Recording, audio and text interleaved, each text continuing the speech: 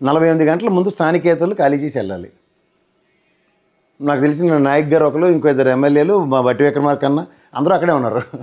ఈ స్థానికత వర్తించదా? Election commission అని గుడ్డు గుర్రానికి పలుతవుతుందా, లేదా దుప్పటితోని పడుకుందా చలికాలం అని? ఏంటి అర్థం కావట్లేదు అసలు. ఏంటది అసలు నాకు అర్థం కాదు. దే హ్యావ్ సమ్ డిస్క్రిప్షన్స్ కదా. స్థానికేతరులు 48 గంటల లోపల ఖాళీ చేయాలి. అక్కడ స్థానికేతరులుగా ఉండి స్థానికులుగా చలామణి అవుతుంటే ఏం చేస్తుంది ఎలక్షన్ కమిషన్? కేసులు ఎవడో పెడితే పట్టించుకుంటారా? మరి వ్యవస్థ దేనికి? అయితే ఎలక్షన్ కమిషన్కి తీవ్ర ప్రక్షాళన జరిగితే చాలా పనులు సులభంగా అవుతాయి. అదర్వైజ్ వాళ్ళు బుద్ధ భవనంలో పెట్టిన పాపానికి ఆ బుద్ధుని రోజు చూసుకుని అలాగే జ్ఞానంలో ఉంటున్నారు, కానీ నిజంగా సక్రమైన ఎలక్షన్స్ జరగట్లే. ఆ వాతావరణ సేకరణలాగా చెదురుమదురు ఘటనలు తప్ప ఇంకేంటి జరగలేదని ఒకే ఒకటి బ్రహ్మాండమైన ఎలక్షన్ జరిగిందని చెప్తున్నారు వాళ్ళు. నేను ఎలక్షన్ స్టేట్మెంట్ వినండి.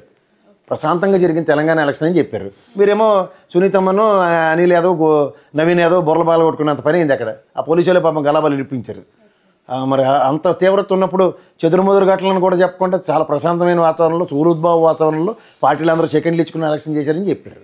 ఏది నమ్మాలో మీరు చెప్పండి.